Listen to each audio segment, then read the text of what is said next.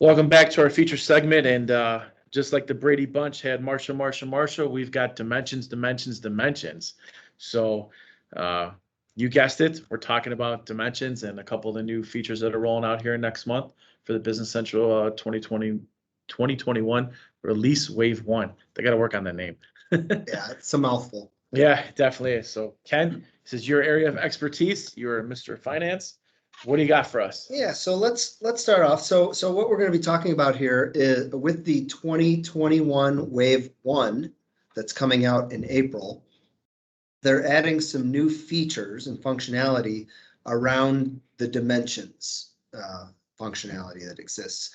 So dimensions, just to kind of give everyone a 30-second recap, dimensions are basically like general ledger chart of account segments. So it allows you to set up these multiple dimension codes so that you can track different types of segments that you might want to track, like region or product class, customer class, department, cost center, things that, in other systems they're represented as like separate segments in a chart of accounts. In Business Central, you can have an unlimited number of those, and we call them dimensions. And then you can set default dimensions and say, okay, whenever I use this customer, I always want the customer group or customer class to be assigned. And then we can do financial reporting based on these. So we could look at a revenue analysis. We could look at product group dimension by customer class and see who's buying the most products, where's our highest gross profit, right? So a lot of financial analysis can be done using dimensions. So that's there. It's a standard feature. It exists today. What they've done is they've added some additional features. The first feature, which has been a highly requested feature for many years that Microsoft has added into the product now, are some limitations around which dimension values can be used in different scenarios. So nice. Let me give you a simple example. So today, you can go in and let's say you have a general ledger account called advertising expense. So that allows us to track how much are we spending on advertising. What you can do today is you can go in and you can say, okay, whenever anyone uses the advertising expense account, they must specify a department code. And the department code could be its internal departments like admin, marketing, production, warehouse, right? Different departments. Okay. But all you could say is that the user must pick a department. So in this example, obviously a production department really doesn't have an advertising expenses, right? So with this new feature, when you go into the general ledger account for advertising expense, you click on dimensions. You say, okay, I want to specify that for department, code mandatory is required, but then you can also specify which departments can be used. So you could say only the sales department can be used with advertising expense. Okay. Right. And that's a huge benefit by being able to say, it doesn't make sense. Why would someone pick the production department for advertising? Right. Right. So, but in past versions, you were able to pick. Right. As of today, right, the current release, when the user goes in, they could select any department. They have to, if you set up a code mandatory rule, they just have to pick a department. Okay. Right. So now you can actually limit that. So that's pretty cool. Very nice. And I went in, I did in my sandbox environment, I went in and I used the preview to go in and test that out. So it worked, right? I set up that scenario and it wouldn't let me post a journal entry or a purchase invoice where I use the advertising expense account and I use department production. Right? Very nice. So would you say it worked as you would have expected it to work? It worked as I would have expected it, yes. Okay. However, I'm like an end user, right? I admit there's always more, right? So I already have my next feature request, for this. And which is this, right? And this is something I think is just worth mentioning is so I set up this rule. And then I went in and I created a purchase invoice for a vendor, and I picked my advertising expense account. When I got to the department field and I did a lookup, I still had all three options available. Really? And I could still pick production as my department. The validation comes in when you do a preview posting or you try to post the entry. That's where you get the error. Okay. So maybe next release, if we can all ask for, is to not even show me production as one of the departments that I could pick, because it's looking to see, oh, you're using advertising expense. Right. Don't even allow me to even see that on that. Just hide it. Yeah. So, yeah, it makes complete sense. Yep. So, but it did, like you said, good way to put it. It met the expectations. This is what I wanted. Right. I don't want a user to post an entry using a dimension code that they really shouldn't be using in that situation. So it works, but just not. It works, but isn't there always something else that we could do to make it better?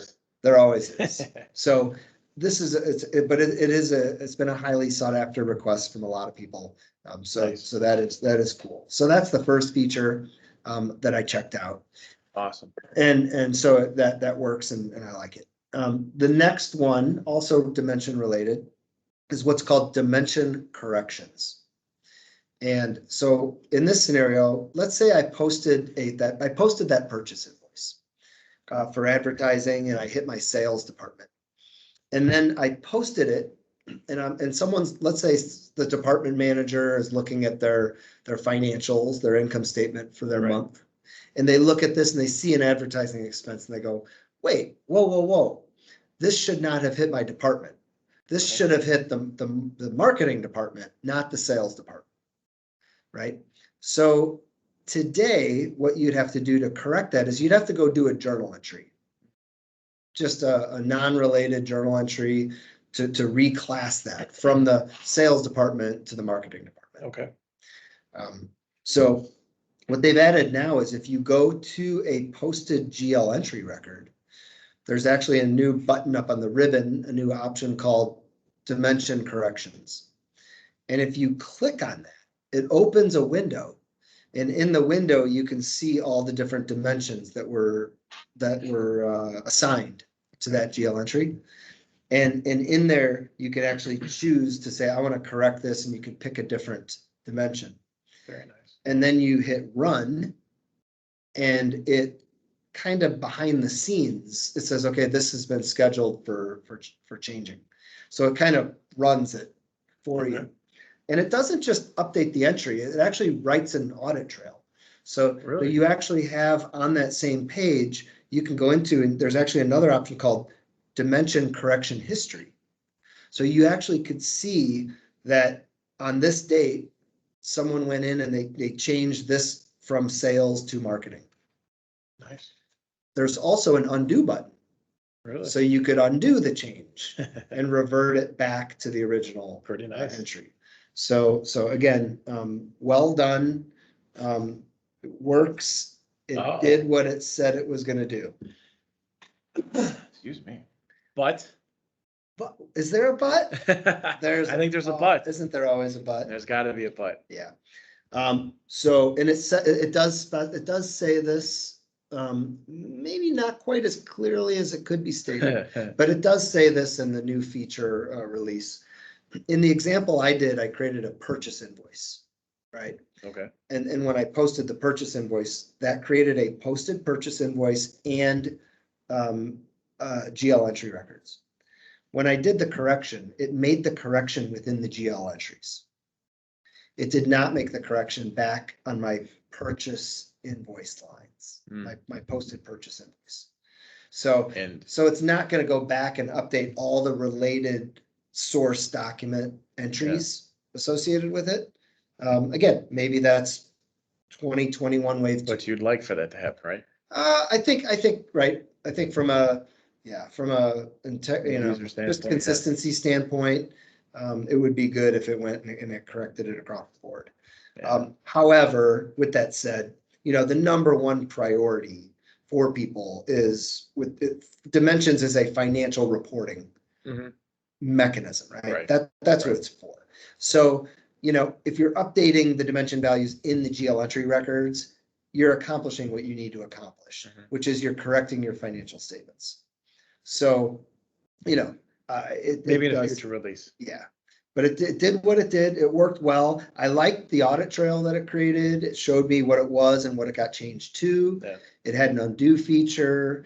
And so it was pretty cool. And I actually went in, I made the change, I undid the change, I made the change again, right? So Just try it out. I kind of, I was trying to break it, Yeah. and I couldn't. I couldn't. No. So it's definitely a feature that's going to be used and by, Oh, yeah, absolutely. I mean, people pick the wrong dimensions all the time. Yeah. And then, and then they have to go, well, I got to do a credit memo and then re-invoice it.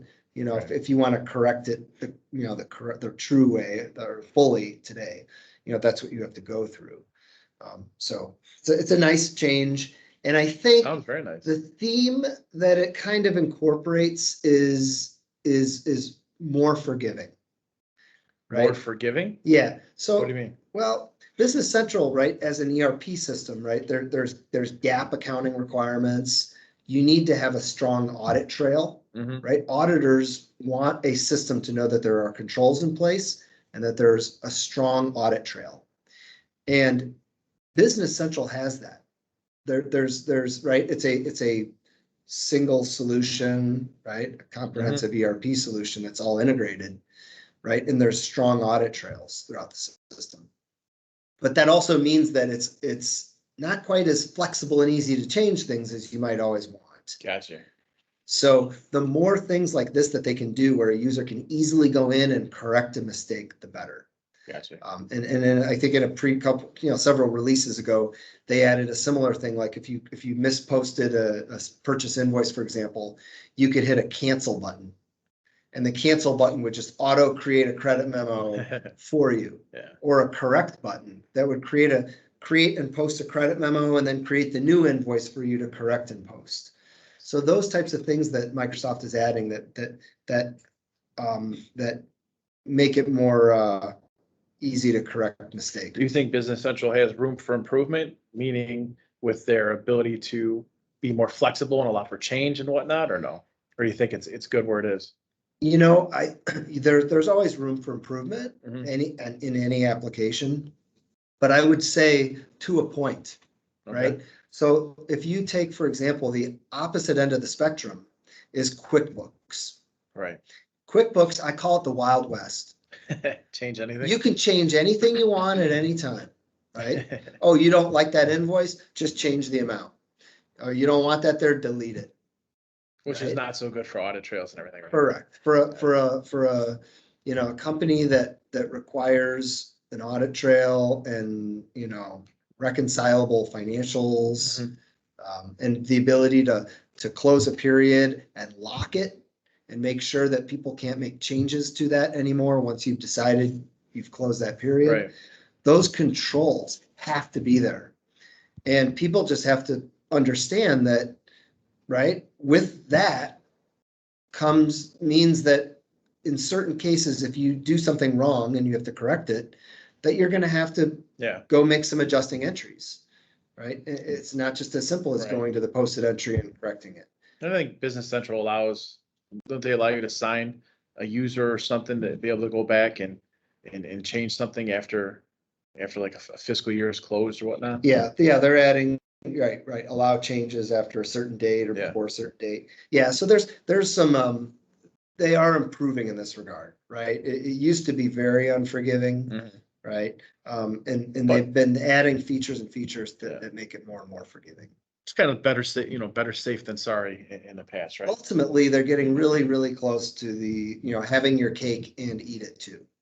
Where you've got all these really good controls in place, but also some tools for the user to make corrections pretty easily. Yeah. Sounds good. Sounds real good. Well, there you have it from Ken, who definitely knows his dimensions. Next up, we're going to talk about a pretty simple little app called Use Dynamics. So stick around.